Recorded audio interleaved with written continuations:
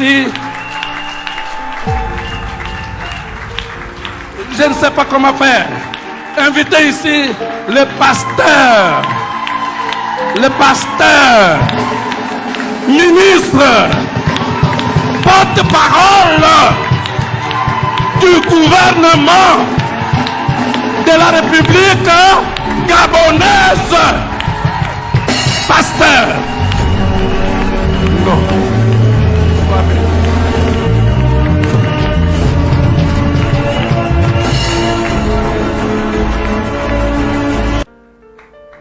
Est-ce que vous savez que par là où nous sommes là, aujourd'hui, Dieu a voulu qu'une personne, un couple, qui aussi a cru comme votre pasteur,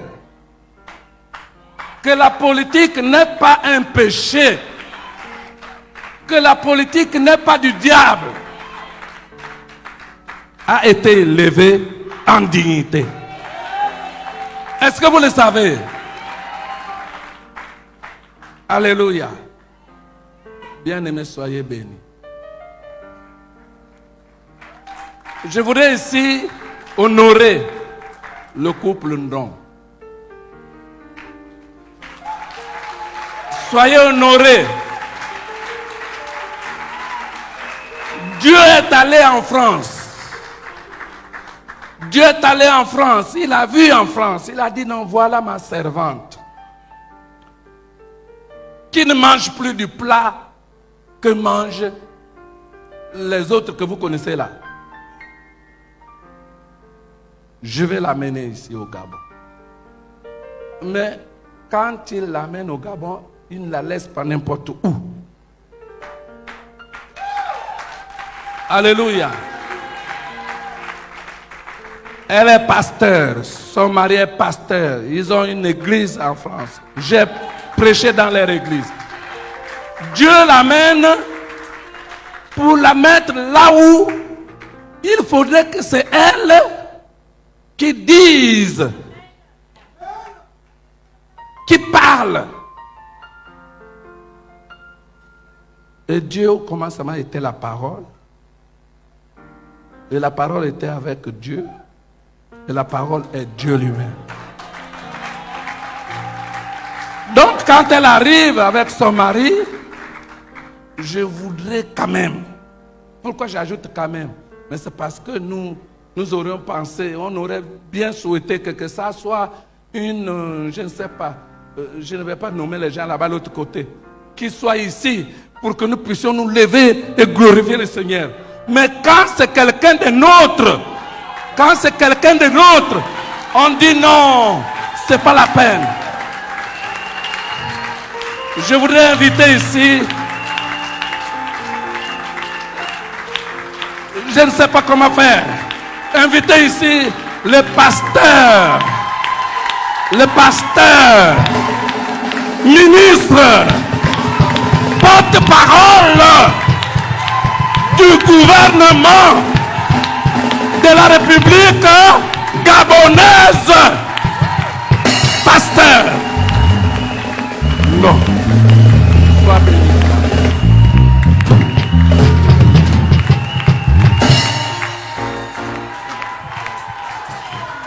Amen. Alors, je ne sais pas si les chants connaissent ce cantique, mais je pense que vous le connaissez. Celui qui me protège sur terre, c'est Jésus. Celui qui me donne la paix, oh oui, c'est bien lui. Mon avenir, ma vie, tout est en Jésus. Ma famille est sauvée, c'est grâce à Jésus. Celui qui me protège sur terre, c'est Jésus. Celui qui me donne la paix, oh oui, c'est bien lui. Mon avenir, ma vie, tout est en Jésus. Ma famille est sauvée, c'est grâce à Jésus. Mes frères, venez, venez, louons le Seigneur. Mes sœurs, venez, venez, louons notre roi. Mes frères, adorons le roi Emmanuel, Jésus est.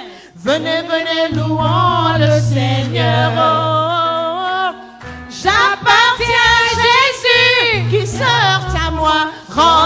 compte à Jésus. Moi j'appartiens. J'appartiens à Jésus. Qui se heurte à moi rendra compte à Jésus. Oui, j'appartiens. J'appartiens à Jésus. Qui se heurte à moi rendra compte à Jésus. Moi j'appartiens.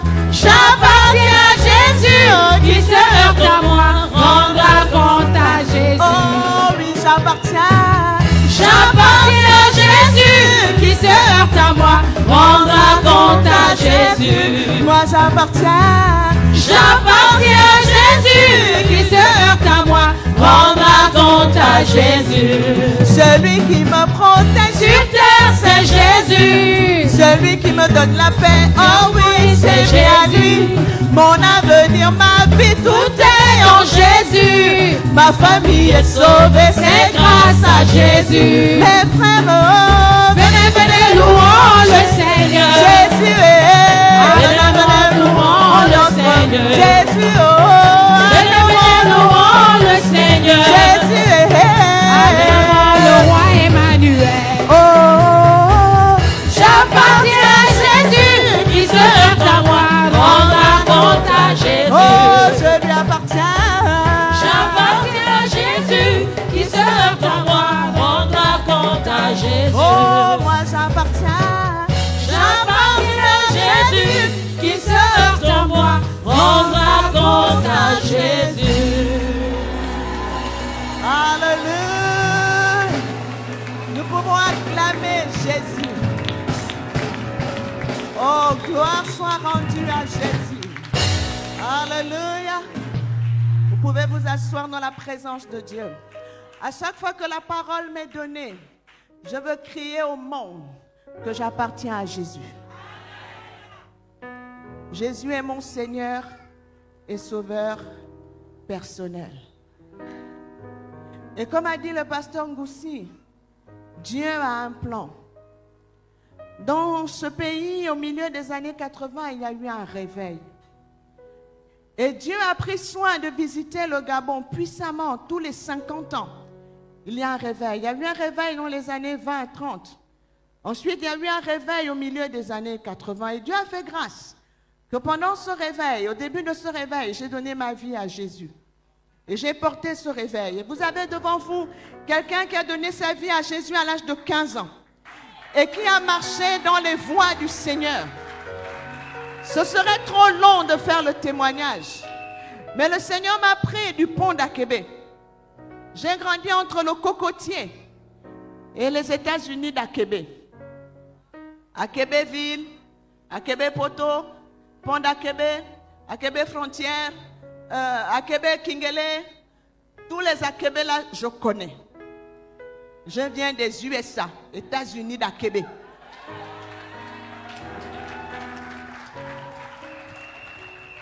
Et Dieu m'a prise du pont d'Akébé pour m'emmener là où je suis aujourd'hui. Et je veux dire à quelqu'un que notre Dieu est fidèle. Voyez-vous, les chrétiens, nous aimons les prophéties qui nous décrivent notre avenir. Mais la vérité, c'est que Dieu qui a le plan total nous conduit chaque jour vers l'accomplissement de ce qu'il a promis. Il a dit à Jérémie, avant que tu n'eusses été formé dans le sein de ta mère, je te connaissais et je t'avais établi. Mais bien aimés, croyez-moi, l'accomplissement du dessein de Dieu pour nous se trouve dans l'obéissance quotidienne. C'est dans l'obéissance quotidienne à ce que Dieu te demande de faire aujourd'hui. Lorsqu'il te parle, tantôt d'une manière, tantôt d'une autre, c'est l'obéissance de chaque jour qui nous mène dans l'accomplissement des desseins de Dieu pour nous. C'est pour ça que David a dit, Éternel, ta parole est une lampe à mes pieds et une lumière sur mon sentier. Elle me conduit aujourd'hui. C'est elle qui éclaire mes pas et elle éclaire le sentier. Mais voyez-vous, quand la lumière éclaire le sentier, elle n'éclaire jamais le sentier jusqu'au bout. Elle éclaire le sentier là où tu te trouves et au fur et à mesure que tu avances, la lumière continue d'avancer. Et la lumière éclaire ton chemin parce que tu avances. Parce que tu obéis quotidiennement. Lorsque tu fais un pas, la lumière avance. Un autre pas, la lumière avance. Il y en a qui n'avancent pas parce qu'ils veulent d'abord voir le bout du tunnel. Nous devons obéir à Dieu. Et je rends grâce à Dieu pour le pasteur Ngoussi. C'est un homme de Dieu. Vous savez, la Bible nous dit je n'ai pas beaucoup de temps. La Bible nous dit dans le livre d'Actes des Apôtres qu'avant le retour de Jésus, son retour définitif, le Seigneur va restaurer toutes choses. Et voyez-vous, Dieu se révèle à l'Église dans l'espace et dans le temps. Si on parle de la réforme de Martin Luther, qui est le début du protestantisme, je vais commencer à la réforme. Pour ceux qui peuvent acheter mon livre, que les consciences s'éveillent, c'est dedans. La réforme, il y avait une révélation qui portait la réforme. C'était que le salut est gratuit. À l'époque, l'Église catholique avait entrepris de vendre les indulgences, c'est-à-dire des documents à travers lesquels, quand on les achetait, on obtenait le pardon des péchés, passé, présent et futur.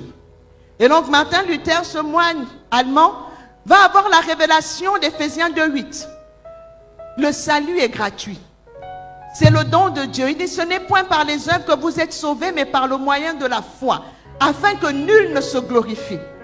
Mais le verset 10 d'Éphésiens 2 dit, nous sommes donc sauvés pour accomplir des œuvres bonnes que Dieu a préparées d'avance. Nous ne sommes pas sauvés par les œuvres, mais nous sommes sauvés pour des œuvres que Dieu a préparées d'avance. Et donc Martin Luther va avoir la révélation du salut par la grâce. Et puis, l'Église va avancer. Et dans les années 1910, il va y avoir un réveil, celui d'Azusa Street, qui va ramener à l'Église la réalité du Saint-Esprit. Qu'on ne peut pas vivre une vie chrétienne sans le Saint-Esprit et que la promesse du baptême du Saint-Esprit n'était pas que pour les apôtres. Elle est valable encore aujourd'hui selon ce que Pierre a dit le jour de la Pentecôte, car la promesse est pour nous, elle est pour tous ceux qui sont au loin, en aussi grand nombre que le Seigneur notre Dieu les appellera. Et ils ont la révélation que les dons du Saint-Esprit sont encore pour aujourd'hui. Et donc ils vont vivre ce réveil qui va amener le mouvement pentecôtiste. Donc le Saint-Esprit descend à nouveau à Azusa Street, les miracles recommencent à se faire. Et puis on va avancer, on va arriver à l'époque des Kenneth Hagin, des T.L. Osborne, où le Seigneur va rétablir le miracle. Où on pensait que le miracle était seulement pour l'époque des apôtres. Le Seigneur montre que non, il guérit encore aujourd'hui. Mais dans les temps dans lesquels nous sommes, avant que Jésus ne revienne, pourquoi je vous dis ça? Parce que le temps dans lequel nous sommes, c'est le temps de la restauration des nations. C'est le temps de la restauration des nations. Et Dieu veut restaurer les nations à travers son Église. Pourquoi? Dieu est le créateur de toute nation. Dieu est le créateur de toute nation. Vous lirez dans la Bible, la première fois que le mot nation apparaît, c'est dans Genèse 10, les versets 5. On nous dit que c'est par les fils de Noé que Dieu a peuplé les îles des nations selon leur terre, selon la langue de chacun, selon leur famille, selon leur nation. Si vous lisez bien la Bible, vous verrez que le mot nation apparaît au singulier 121 fois et qu'il apparaît au pluriel 480 fois. Et lorsque Dieu a créé l'homme, la Bible nous dit dans Genèse 2, le verset 4, que Dieu n'avait rien fait pousser sur la terre parce qu'il manquait l'homme. Donc Dieu a créé la terre pour l'homme. Il a créé la terre pour que l'homme puisse exercer l'autorité sur ce qui est visible, parce que lui, il exerce l'autorité sur ce qui est invisible. Et donc Dieu nous a confié la gestion de la terre. Il nous a confié la gestion de nos nations. Et la politique, ce n'est rien d'autre que s'occuper des affaires de la cité. Et pendant des années, nous avons démissionné. Et nous nous sommes plaints que ceux qui nous géraient n'avaient pas l'esprit de Dieu. Mais si nous démissionnons de nos responsabilités, la nature ayant horreur du vide, d'autres prendront notre place. Et lorsque nous l'avons compris avec le pasteur Ngoussi, nous avons été stigmatisés. Lorsque je me suis engagé à fond pour défendre le Gabon, Il y a des conférences où j'avais l'habitude de prêcher, on a barré mon nom. Il y a des pasteurs qui m'ont rayé de la liste de leurs connaissances. Ils m'ont rayé de la liste de leur fréquentation. Parce qu'ils n'ont pas compris. C'est Dieu qui a créé les nations. La Bible nous dit que pas la Bible, le dictionnaire nous dit que la nation c'est une communauté humaine qui a conscience d'être unie par une identité historique, culturelle, linguistique ou religieuse. Il y a aussi un système de valeurs, souvent qui est résumé dans une devise et qui repose sur un contrat social implicite entre les membres d'une nation. Bien aimé, lorsque nous disons le Gabon appartient à Jésus, ça veut dire quoi? Ça veut dire que cette nation doit reposer sur les valeurs de Jésus, sur les valeurs du royaume. Et le royaume de Dieu, c'est la justice, c'est la paix, c'est la joie par le Saint-Esprit. C'est ce que ça veut dire. Donc, nous devons être là où on prend les lois de la nation pour s'assurer qu'elle repose sur la justice du royaume de Dieu. C'est ainsi que notre nation sera bénie.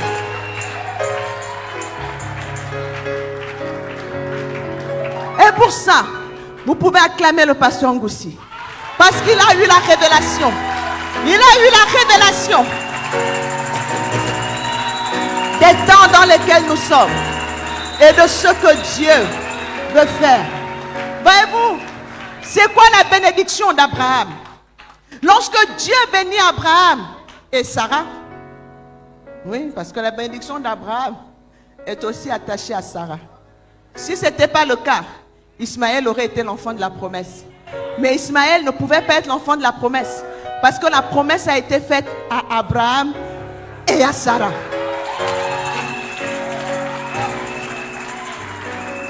C'est ce que Dieu dit. Dieu dit à Abraham, après la naissance d'Ismaël, il lui dit non, l'enfant que Sarah t'enfantera, c'est lui la promesse. Et Dieu leur dit, je ferai de toi une grande nation. Dieu promet de faire d'Abraham une grande nation. Et il repart dans Genèse 17, 4 à 6. Le premier c'est Genèse 12, 2. Genèse 17, 4 à 6, il dit, voici mon alliance que je fais avec toi. Tu deviendras père d'une multitude de nations. Tu deviendras père d'une multitude de nations. Et dans Genèse 17 au verset 16, il parle de Sarah. Il dit, je la bénirai, je te donnerai d'elle un fils, je la bénirai et elle deviendra des nations. Des rois, des peuples sortiront d'elle. Et Dieu, dans la bénédiction d'Abraham, il lui dit, toutes les nations de la terre seront bénies en toi. Toutes les nations de la terre seront bénies en toi. Alors si nous sommes descendants d'Abraham, notre nation doit être bénie. Et Dieu a béni notre nation. Il lui a donné des richesses. Mais voyez-vous, je vais vous dire une chose. Si vous lisez Genèse 18, le Seigneur dit, Abraham deviendra certainement une nation grande et puissante, et en lui seront bénies toutes les nations de la terre. Il lui redit dans Genèse 22, toutes les nations de la terre seront bénies en toi, en ta postérité, parce que tu as obéi à ma voix. Est-ce que nous sommes la postérité d'Abraham? Si nous sommes la postérité d'Abraham, notre nation doit être bénie en nous. Elle doit être bénie au travers de nous. Elle doit être bénie parce que là où nous sommes la bénédiction de Dieu. Nous portons, nous transportons la bénédiction de Dieu pour notre pays. Voilà ce que Dieu nous dit. Et Dieu a tout fait pour un but. Nous dit Proverbe 16, 4. Et Dieu, même les nations ont chacune un but. Il parlera d'Israël en disant, c'est une nation que j'ai choisie. Elle est la plus faible, elle était la plus petite. Mais je l'ai choisie pour montrer au monde ce que je suis capable de faire avec un peuple qui me craint. Parce que la victoire ne dépend pas du plus grand nombre. Le cheval est équipé pour la bataille, mais la délivrance vient de l'Éternel. Oh, l'Éternel est capable de faire gagner avec un petit nombre comme avec un grand nombre, parce qu'il est le Dieu de toute puissance. Ce n'est pas le nombre qui l'influence, mais il a la puissance puissance de délivrer ceux qui se confient en lui. Alléluia. Et il dira de l'Égypte, vous savez, l'Égypte à l'époque était la plus grande puissance politique, économique. C'était le pays le plus puissant à l'époque. Et Dieu dira ceci. Il dira, souviens-toi de l'Éternel ton Dieu, car c'est lui qui te donnera de la force pour les acquérir, afin de confirmer comme il le fait aujourd'hui son alliance qu'il a jurée à tes pères. Si tu oublies l'Éternel ton Dieu, je suis dans 8, non, c'est 7. Deutéronome 7. Au verset 18 à 19, Dieu dit, ne les crains point. Rappelle à ton souvenir ce que l'Éternel ton Dieu a fait à Pharaon et à toute l'Égypte. Les grandes épreuves que tes yeux ont vues, les miracles et les prodiges, la main forte et le bras étendu, quand l'Éternel ton Dieu t'a fait sortir. Ainsi fera-t-il l'Éternel ton Dieu à tous les peuples que tu redoutes. Dieu a montré en soumettant l'Égypte, qui était le pays le plus puissant, qu'il était capable de soumettre toutes les nations. Et donc voyez-vous, Dieu donne un héritage aux nations. La Bible nous dit dans Deutéronome 32, quand le Très-Haut donna un héritage aux nations, Dieu a donné un héritage au Gabon. Dieu a donné un héritage au Gabon. Et de la même manière que le diable combat la destinée des individus, il combat la destinée des nations. Et il a combattu la destinée de notre nation. C'est pour cela qu'au Gabon, malgré notre richesse, notre pays, notre peuple était pauvre. C'est pour cela que dans ce pays, les crimes rituels ont prévalu. C'est pour cela que dans ce pays, le diable a élevé des hauts lieux. Parce qu'il connaît la destinée du Gabon. Il sait que le Gabon est certes un petit pays, mais c'est un pays que Dieu va choisir de visiter. Bien-aimés, les premiers missionnaires qui sont venus des États-Unis sont rentrés en Afrique par le Gabon. C'est par le Gabon que Dieu est rentré en Afrique. Je ne vous dis pas en Afrique centrale. Je vous dis c'est par le Gabon que Dieu est rentré en Afrique. Bien-aimés, notre ville, Libreville, a été créée par des esclaves libérés. Parce que du Gabon part la libération des nations. Du Gabon part la libération des peuples. Alors le diable a voulu nous rendre esclaves dans notre propre pays. Bien-aimés, le combat que nous avons mené n'était pas qu'un combat politique. C'était un combat spirituel. Parce que tout ce qui se passait, c'est le diable qui voulait embrigader notre nation.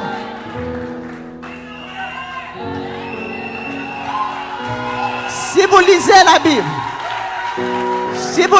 Bible, vous verrez que dans le livre de Daniel, Jérémie avait prophétisé que la captivité durerait 70 ans. Et au bout de 70 ans, il avait dit, vous m'invoquerez et je vous laisserai partir et je vous délivrerai. Quand Daniel lit le livre, il réalise que les 70 ans sont en train de passer et ils sont toujours esclaves. Ils sont toujours à Babylone. Alors Daniel rentre dans l'intercession. Dans Daniel chapitre 10, il commence à prier, il confesse les péchés. Mais qu'est-ce qui se passe? On n'a pas le temps. La Bible nous dit que quand Daniel a commencé à prier, Dieu a envoyé l'ange avec les ossements.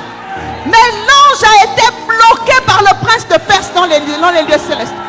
Daniel ne savait pas ce qui se passait. Mais Daniel a persévéré dans l'intercession. Parce que l'intercession, c'est prier jusqu'à ce que tu vois l'exaucement. Tant que tu n'as pas vu l'exaucement, continue de prier. Parce que dans le ciel, il y a une guerre que tu ne maîtrises pas. Mais ta prière est le carburant pour que la guerre soit gagnée. Alors Daniel a continué d'intercéder. Mais qu'est-ce qui se passe? Quand Daniel est exaucé, le roi sur le trône s'appelait Darius. Quand le prince de Perse a été vaincu, Darius a perdu le pouvoir. Cyrus est arrivé. Et Cyrus était favorable au peuple de Dieu. Et Cyrus a déclaré la libération. Et il a donné tout ce qu'il fallait pour que le peuple retourne à Jérusalem, bâtir la muraille et bâtir le temple. C'est pour vous dire que les régimes que vous voyez qui dominent sont assis, sont maintenus par des puissances qui sont dans le monde spirituel pour asservir les nations. Et notre intercession doit amener la libération de la nation. Et la libération de la nation passe par des autorités que Dieu établit. Si vous lisez la Bible, Dieu parlera de Cyrus en disant, j'ai établi mon serviteur Cyrus. Mais la Bible ne nous a jamais dit que Cyrus est devenu juif.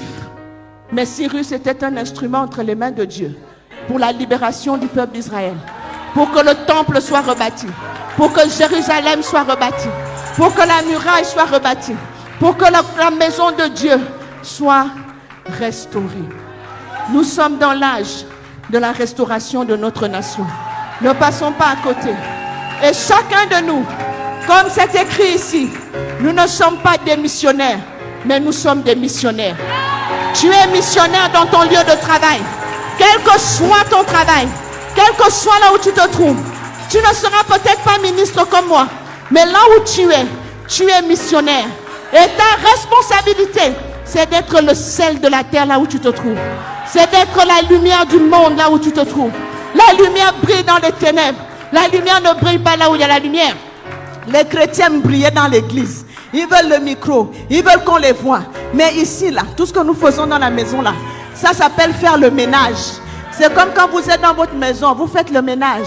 En anglais, on dit du homemaking. Vous arrangez la maison. Le ministère, c'est dehors. Là où les ténèbres règnent, c'est dehors. Là où la corruption règne. Et beaucoup d'enfants de Dieu ne se réalisent pas parce que vous avez peur des ténèbres là où Dieu vous a envoyé. Vous avez peur d'aller là où Dieu vous envoie. Mais lorsque Dieu m'a envoyé dans le monde de la politique, c'est un monde cruel. C'est un monde difficile. C'est un monde où il y a des puissances occultes qui règnent. C'est comme partout dans tous les métiers, parce que le monde entier est sous le pouvoir du malin. C'est un monde dans lequel il y a beaucoup de violence. C'est un monde dans lequel Satan lui-même s'est assis parce qu'il veut contrôler les nations. Alors il règne par l'accusation. Il règne par le mensonge. Mais le Seigneur nous a dit, ils vous feront la guerre, mais ils ne vous vaincront pas. Il nous envoie comme des brebis au milieu des loups, mais les loups ne nous dévorent pas. Les loups ne peuvent nous dévorer. Les loups vont huer, les loups vont aboyer, mais les loups ne peuvent rien nous faire. Parce que la puissance de notre Dieu ferme la gueule des lions. La puissance de notre Dieu transforme les loups en agneaux. N'aie pas peur. Dieu t'appelle à briller quelque part. Si tu es en Christ, le Seigneur a dit, vous êtes la lumière du monde. Vous êtes le sel de la terre. N'aie pas peur d'être différent. Parce que toi, tu transportes le royaume de Dieu. Tu n'es pas tout le monde. Tu n'es pas là pour te conformer à tout le monde.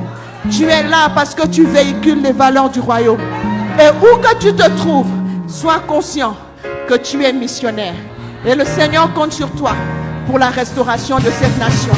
Il a commencé, mais il n'a pas encore fini. Le combat est encore grand. Nous ne sommes qu'au commencement. Nous devons continuer de prier. Nous devons continuer d'intercéder. Nous devons continuer de veiller. Parce que Dieu a choisi véritablement de conquérir cette nation.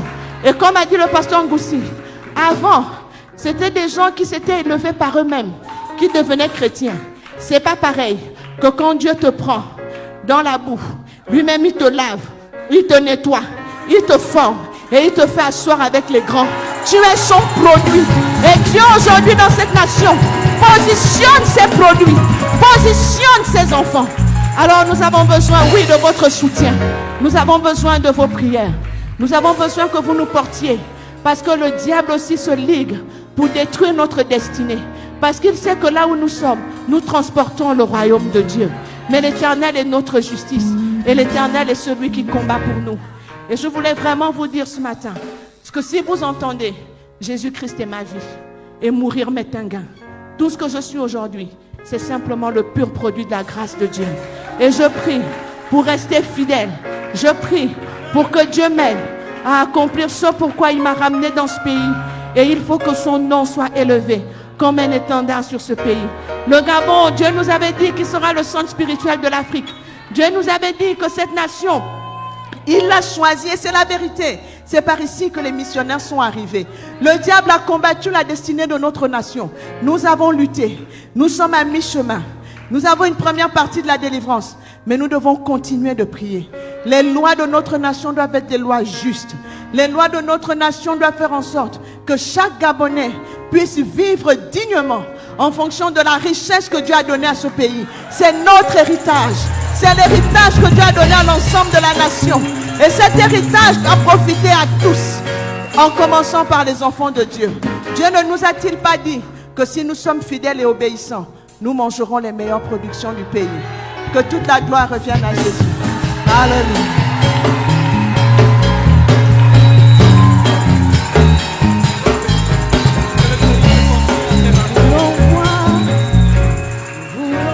Est-ce qu'on peut acclamer ce Dieu? Voulons voir Jésus élevé.